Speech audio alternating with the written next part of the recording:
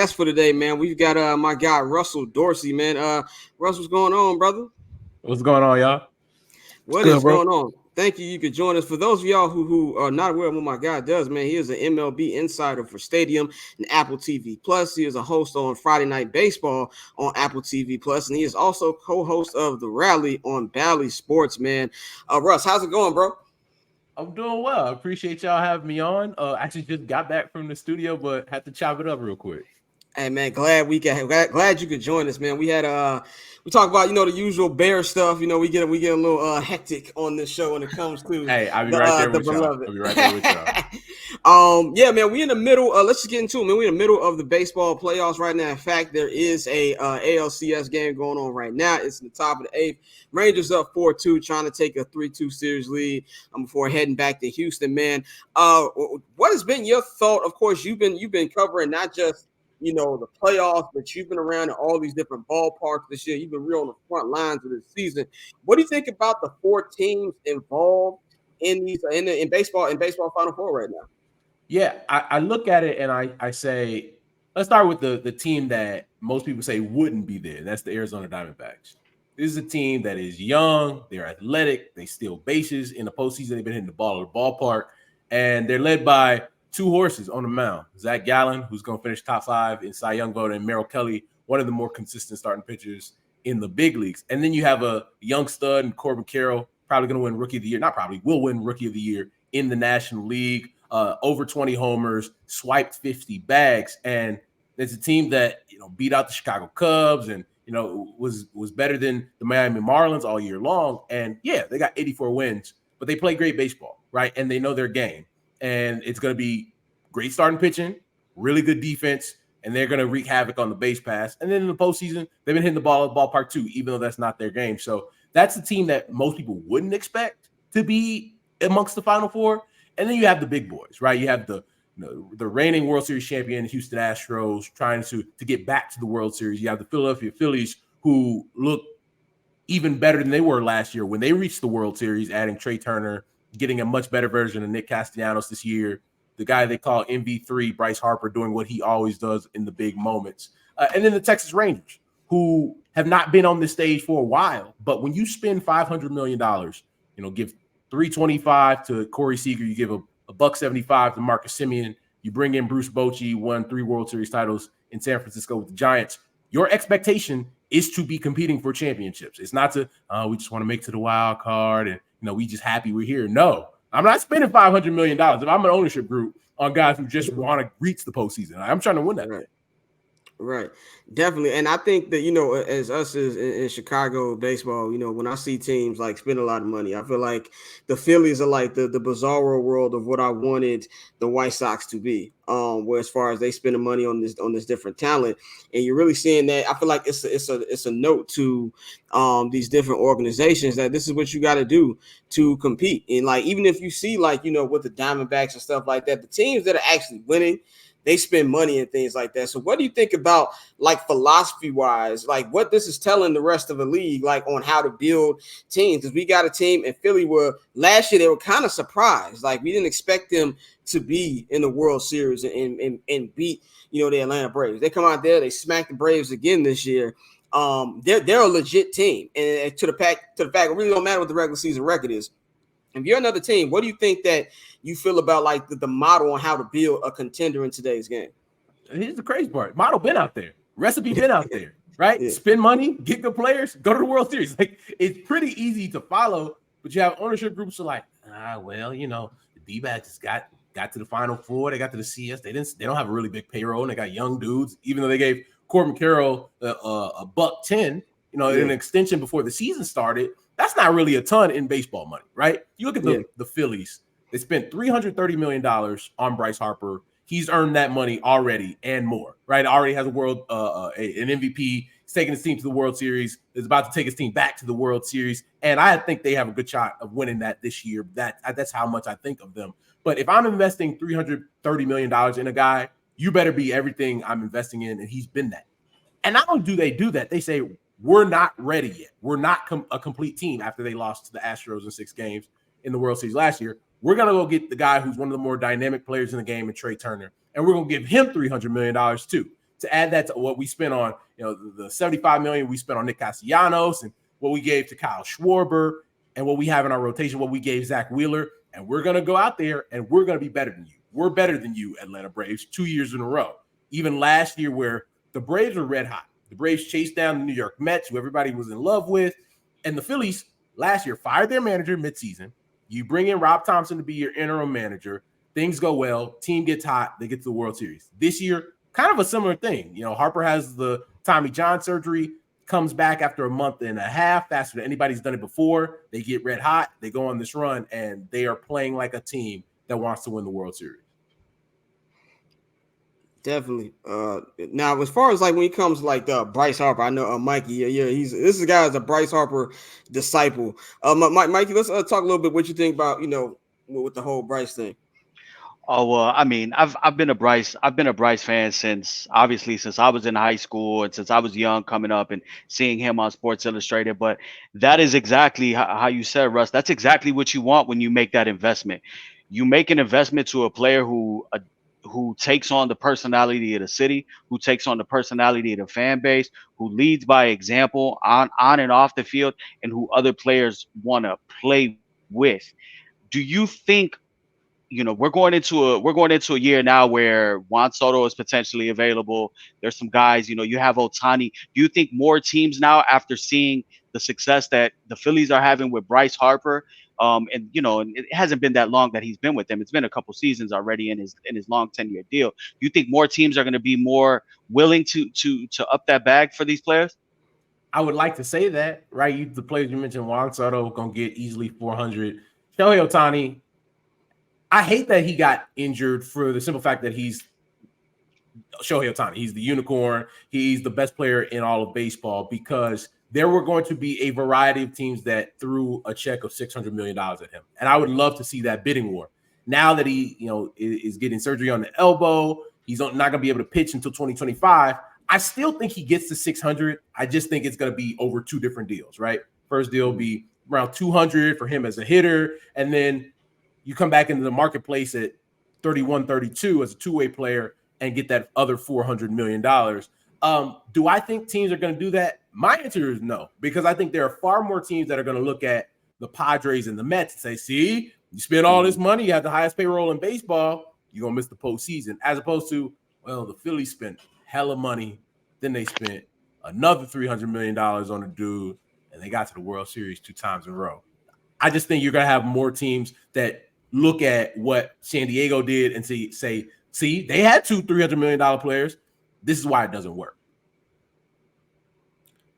Yeah, definitely, bro. And speaking, like you talked about earlier about the Texas Rangers and the money that they spent, and we see the results them being in NLCS now. But I want to talk about the Astros a little bit. Earlier, I heard you talking about Dusty Baker and everything he's done, and the possibility for him to get back-to-back championships potentially on his way out. I know a guy like Dusty who's a lifelong baseball guy. We always say, is this the last hurrah? But if the Astros were, although they're, like I said, down 4-2 right now, if they were able to complete that or come back and win this series and get to the World Series again, just what do you think that does for someone like Dusty's legacy when we already see it as so complete? I think even before the World Series, all the stops that Dusty had been to, all the teams that Dusty has gotten to the postseason, I think he had as great of a resume and legacy as anybody in the game. But as you guys know, if you don't have titles, it's hard for people to put you in that top tier, right? Mm-hmm. The fact that he was top 10 in victories in the big leagues, you're still going to look at him like, his teams haven't won the World Series when they've been in those positions. And, the Nats won one after he left. And, he got there with the Giants and they didn't win. And so I think there was always that question with Dusty, like, could he win the big one? And I think last year, I remember vividly, I asked him after the game what that moment means to him after the things he had heard. And he said, for a long time, people told me what I couldn't do. You can't do this, can't manage bullpens, you don't have your teams ready when you get to the World Series. And he was like, now I showed people what I can do. And it took, Dusty's been around for the game for a long time. Like, yeah. I think Dusty is baseball history.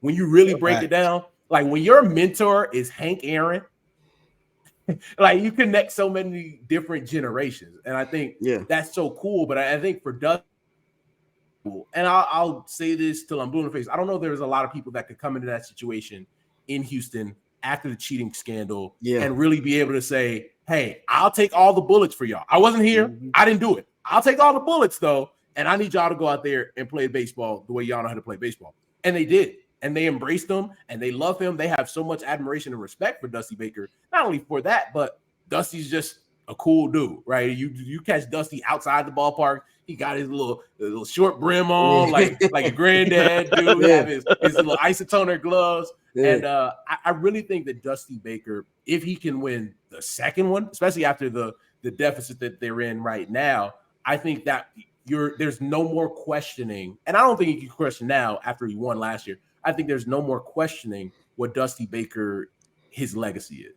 And I think that also, like, it kind of, I don't want to say it cleaned up the Astros, because there's still a lot of people who don't want to give the Astros their credit. But if anything, you bring in a guy like Dusty, and even like the biggest Astro detractors, there's really not too much you can say about them because of the way he leads his players. And like you said yourself, he came in from such a fucked up situation that happened, and the way they got rid of their past manager. He comes up clean shop. They make the playoffs. They make the ALCS in the COVID shortened season. They win the World Series last year. I feel like as somebody who's been a fan of Chicago sports, I always feel like when you go back to like that 03 Cubs team, like everybody blames Bartman. Everybody's talking about Bartman. They never talk about Alex Gonzalez, and they always throw hate on Dusty Baker. It's like, if anything, Dusty's finally getting his flowers, and I feel like that's a great thing. And even from we looking at dynasty, we talked about at the beginning of the show today, we were talking about the Las Vegas Aces, and we were talking about how they're on the precipice of being able to be a dynasty if they're able to win another WNBA championship here. This is the modern day MLB dynasty, and to have a guy like Dusty at the forefront, that should be, you should already get his model right now for Cooperstown, I believe, man. I want to pivot to two more topics. One thing I'm known for on this show is fucking up names, but I think it's Kim Ning. Is that how you pronounce her last name? Kim Ing. Yeah, there you go. Her departure from the Marlins this week really came out of the blue. I actually think we might have been recording, or we were prepping recording or something like that when the news flashed. What are you hearing about went down with the whole situation, and what do you think, where she's going to go next? I think you have a situation in Miami of somebody like Kim Ing, who came in under Derek Jeter when Derek Jeter was the president of baseball operations there for Miami. And Derek walked away because he couldn't do things the way that he wanted to do them, right? And so if you tell Derek Jeter, we're talking about the captain, that, hey, dog, I know that Yankees model been pretty successful, and we know you the man, 3,000 hits and World Series championships, but it's Miami, dog, and we ain't got the bread to do all that New York stuff. This is how we got to do it down here. And Derek was like, I'm cool, bro. Like, I don't have to do it that way. Derek Jeter walks away. Kim Ing remains and builds a team, a franchise, an organization, a minor league system that begins to compete. And they make shrewd moves at the deadline. Last year, you have Sandy Alcantara, who you're like, okay, this is one of the best starting pitchers in the big leagues, wins the Cy Young Award. Coming into this year, they make some moves. They hire Skip Schumacher, who'd been successful as a player and as a coach with St. Louis and the Padres. You bring him in. He does a great job. Probably going to finish top 3 in Manager of the Year in the National League.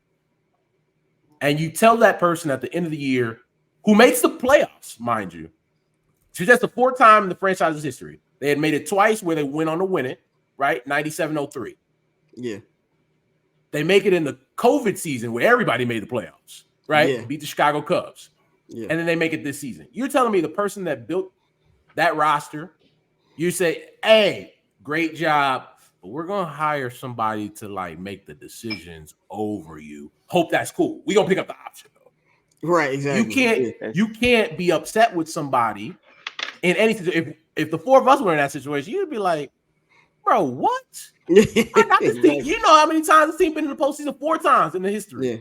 And you're gonna say that I can't make the decisions anymore. Now I'm out. It's insane. I'll do you one better, Russ. I'm born and raised in Chicago. I actually live in Miami right now. The fans down here they said this is typical on par for the Marlins. We finally make it to the playoffs. We have a great season. You bring in somebody like a Luis Ariz who changes the culture, who elevates everybody's game. They play. You bring in Skip Schumacher, and next thing you do, we're gonna make changes in the front office. So for the people down here in Miami and the scene, this is par for the course. And I'm starting. Not that they're apathetic, because a lot of Miami sports fans get a lot of bad rap because they do really love their sports team, but there's also 80 degrees outside and there's the beach and there's plenty of other stuff to do. But Yeah. the Marlins, especially being in an area right there in the middle of Hialeah, in a town that's predominantly Latino based, and baseball being so heavy in Latin America, they do have a solid fan base. And I'm not a Marlins fan. I do frequent the games, but I feel bad for them because they deserve better, because they have shown that right there all season they went toe to toe with the Braves. I believe they had the better head-to-head record against the Braves. They've gone up against the Mets. They can go up against the best, and they hold their own. And to go ahead and cut their legs and cut the excitement from them, especially in a season where now when they come into 2024, Sandy's down. So you need to kind of keep that interest and build on what you built this year. And I hope she lands in the right spot, and I hope that she's given the right opportunity, because it's clear that the moves that she made, she was on the right trajectory. And the fan base deserves better, right? Like 100%. People down there in Miami deserve better, because imagine you're a fan of the Marlins and you looking around the division, you see the Braves, they signing all their young players to super team friendly deals, and like what they got Ronald Acuña Jr. on. It's insane. It's highway robbery. Everybody, Michael Harris Jr., Michael Harris the second, and Austin Riley. You bring in Matt Olson from the A's, and then Spencer Strider. He locked up. And he like, damn, like everybody locking up their dudes. Everybody locking up their superstar players. Why do we always have to be the team that, hey, we draft a guy, we sign a guy internationally, we develop them into being a star, and then boom, now we got to trade them? This situation, we finally get a team that we can be proud of, because this team don't go to the postseason. We had Stanton, we had Yelich, right? We had Marcelo Zuna when he was there. All those guys, same team, right? The late Jose Fernandez was on that team. They didn't make the postseason.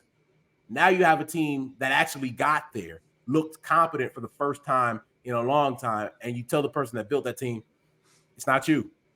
No. That's not only a hard pill to swallow for Kim Ng, that's an unfair pill to swallow, but it's also unfair to that fan base.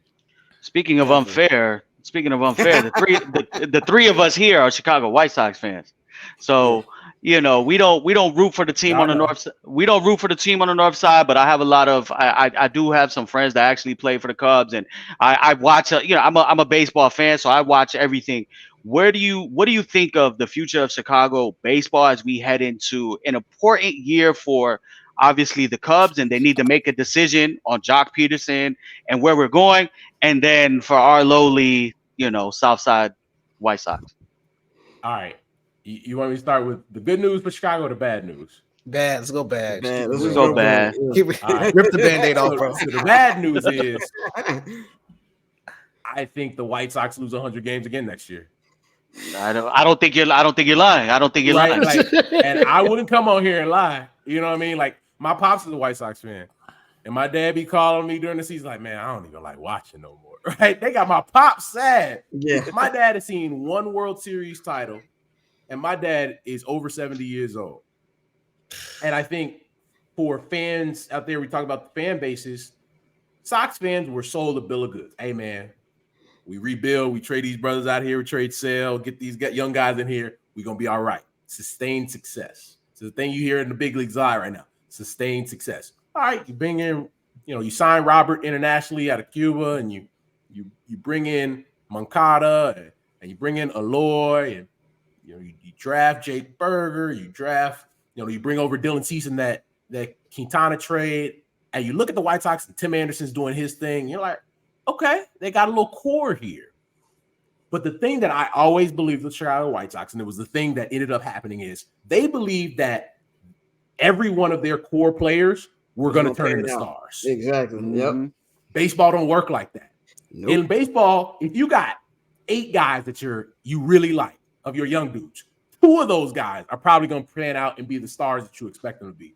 What does that mean? That means you got to go into the marketplace and spend money, right? Very rarely. Everybody not going to be the Atlanta Braves, where every member of your core is a star, right? And then one turns into a superstar. Then you have a guy at third base hitting 38 to 40 home runs. Then you're able to, the vulture off the Oakland A's and just get their first baseman for whatever, bucket of baseballs, bring him in, sign him to a deal, right?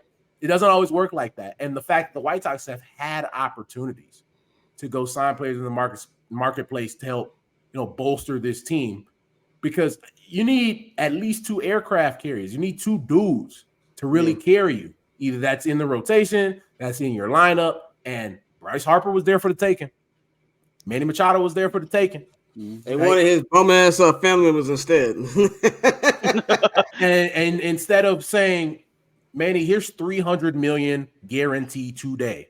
Yes. You give them 265, 270. There's an escalator that vests if you get 450 ABs when you're 48 years old. Like all this other stuff. Bryce Harper signed with the Phillies because they gave him $330 million. That's looking like a fucking steal now with the way he's playing. And they told him when he signed, we are committed to building around you while you are here. Yeah. And since he signed that deal, they've been to the World Series one time. He's had individual success, won an MVP when they didn't even reach the postseason. I voted for him that year, the year that he won it, because he had a monster year. They shouldn't even have been close to the playoffs. And because of what he had done, they had a chance in September. And then they go out and they get Nick Castellanos. They bring in Kyle Schwarber. They go get Zach Wheeler. And they're on the precipice of reaching the World Series for the 2nd consecutive season. That's what players are signing places for. That's why Bryce Harper signed with the Philadelphia Phillies. And that's what the Chicago White Sox cannot do. And until there comes a time where the White Sox can be looked at as a destination where I can go to win, they're always going to miss out. You're always going to have people disappointed. And Kenny sitting on a golf cart in Arizona talking about, I have my sunglasses on because I'm shocked.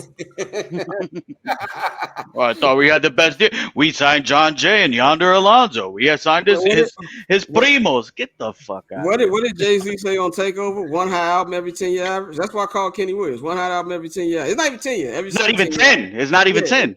It's like it's to the point where we talked about the fan base, like with the Marlins. Like White Sox fans don't deserve this shit. Like from me reading White Sox Twitter this year, I realized I'm not a big fan as I thought I was, because there's a lot of White Sox fans who still going to the games, still watching these motherfuckers every game. I tuned out and Mikey, it would still be in the group chat sending stuff about the White Sox. Dante gave up a long time ago. He gave up like last year.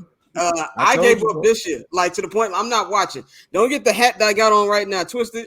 I live in Los Angeles and I can't wear this outside in certain areas because of Crip gang. So I wear it in the house as many times as I can. But I am fully watching the Dodgers when I do have the chance, because as the older I get, I just don't have the capacity to watch bad sports. You know what I'm saying? Like, with the Bears, I cover them, so I have no choice but to watch bad sports.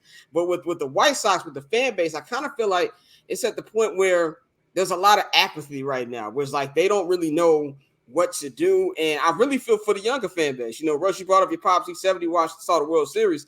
They won the World Series on my 17th birthday. So it's like I'll always have that moment. But I just think unless ownership changes, nothing's going to happen. And I feel like that's really depressing for White Sox fans, man. Like, and you're going to see those crowds at the G rate get less and less and less, because there's going to be an apathy that grows, right? And fans are going to be like, I don't even care, bro. I don't even care. Because the more you look at them as an organization, the more you realize they caught lightning in a bottle in 05. Yep. Mm-hmm. The farther we get away from it, the more you look at it and say they caught lightning in a bottle in 2005. And AJ Pierzynski, really good friend of mine. And I asked him, I'm like, hey man, are you gonna be managing the White Sox next year? And he said, fuck no. But I told him, I said, hey man, you manage the White Sox, people would come out. People would come out to see AJ managing the White Sox. It might not be good for the baseball or anything like that, but people would go to games. People would listen to what he had to say, because he's from that Ozzy brand where he gonna tell you what he thinks. Mm-hmm. Yeah. But I think you're at a point with White Sox baseball where Chris Getz, unfortunately, his ownership group did him no favors because they hired him, which if they went out and did a search and interviewed people and you said, you know what, Chris Getz is our guy, That's a cool, different thing. fine. Yeah, fine. exactly. You can live with that because you went through the process. When you don't go through the process, you leave yourself open to, hey, Jerry doing it again, hiring his friends, hiring people he knows, because you need to have a conversation. You haven't been successful in a long time. Talk to people from winning organizations. Talk to people who have been in the front office in Houston. Talk to people who've been in the front office in Tampa and been in the front office in LA with the Dodgers, right? The Yankees, and say, what have these people done to get where they are? Because maybe that diversity of thought gets us where we need to go in this next 10 years. Definitely. Let's move on real quick before we get you up out of here, man. About the Cubs, North Side. They actually had a pretty entertaining season. I think better than at least I thought. And it's not just my hater talking. Just as an actual fan of baseball, I didn't think they would even be as good as they were this year. Flamed out towards the end. Bullpen issues, not scoring as many runs as possible. Where do you think the Cubs should go now? Like, do you think that David Ross is going to stay around? Do you think they're actually going to be in the Shohei Ohtani sweepstakes? What can the Northsiders do to go from this team that was in the race to actually being back in the playoffs consistently? I think the Chicago Cubs, and I was going to do good, bad. That's probably where it's on the good end for Chicago baseball, is that you have a team in the Chicago Cubs that, if you really thought about it before the season start, you'd say if they won 78, 80 games, it's a big improvement from where they were. They're probably headed in the right direction. And not only were they playing meaningful games in October, they should have been in the postseason, right? Yeah. Plain and simple, should have been in the postseason. And for me, when they signed Jock Peterson, I looked at it and I said, all right, I wouldn't have given, Jock Peterson, Cody Bellinger. Cody Bellinger $18 million for a guy that had been a below league average player in LA with the Dodgers and didn't look like the same guy that won the MVP award. But they got they squeezed every droplet of great baseball out of Cody Bellinger, where he's going to make himself a lot of money this offseason, and good for him. He was a guy that had a lot of fans in that clubhouse, in that organization. And if they're able to keep Cody Bellinger, cool. Now, I think they're getting to a point where, they've drafted, they've developed, they signed internationally, where they got a lot of outfielders, and they're not going to be able to keep everybody, right? You have Kevin Alcantara, and you have Brennan Davis, and you have PCA, and then you just sign Ian Happ to an extension, and you have Seiya Suzuki, and you can bring back Bellinger. That's a lot of outfielders. The only 3 spots to play. So do you start moving some of these young players that you've acquired, signed, drafted for other pieces to make yourself a true contender in the National League? I think that's where the Cubs finally are, right? I think they are going to be in the Shohei Ohtani sweepstakes. Do they win? Who knows, right? That's up to their ownership group to put that money on the table. But it is their time to start being the big boys again. They're the Chicago Cubs. Yeah. Right. And I think you've seen a lot of teams in similar situations, looking out in Boston with the Red Sox, where they're one of the big boys, but they haven't acted like it in the marketplace. Yeah. Now they fired the person who was in charge of their baseball operations, looking for another, where they were very close to losing not only Xander Bogaerts, but could have even lost Rafael Devers, right? A guy that they developed. They were able to lock him up to that $300 million deal, but it's not a guarantee for Boston anymore. But a big part of that is they haven't shown their commitment to spending the big dollar like they have in years past, because when they did it, they usually ended up in the World Series. Yeah, I definitely agree with that. It's all about, one thing about Chicago sports teams, and I feel like all of them, with the exception of the White Sox, even though they should act like they're a bigger team than they are, but it's all about acting like the big market team that you are. And I feel like that's the most infuriating thing for just Chicago sports fans in general. Like, even if you look in the NBA, like the Bulls are one of the most popular franchises in sports. Like, whenever the Lakers, even as big as the Lakers are out here, if the Bulls are in town, that's going to be a 50-50 crowd. Like, that's just how big the Bulls are, and they don't go out there and spend the target. So if you're a Cub fan, you definitely want to hope they go out there and spend the money, man. But Russ, man, we appreciate you for joining us, man. Let everybody know where they can get in tune with you, everything you got going on. Yeah, it's at Russ_Dorsey1 on Twitter or X or whatever the fuck people call it, the bird app. Russ_Dorsey on IG. I'm on Threads. I think it's at Russ Dorsey there. You catch me on Bally Sports every day on the Rally. During baseball season, you catch me on Friday Night Baseball on Apple TV Plus. So we keeping it moving and shaking out here, and trying to make a lane for ourselves. Definitely, bro. We appreciate you for coming on, man. You have a great weekend, bro. Appreciate y'all. Yes, Good sir. looking, bro.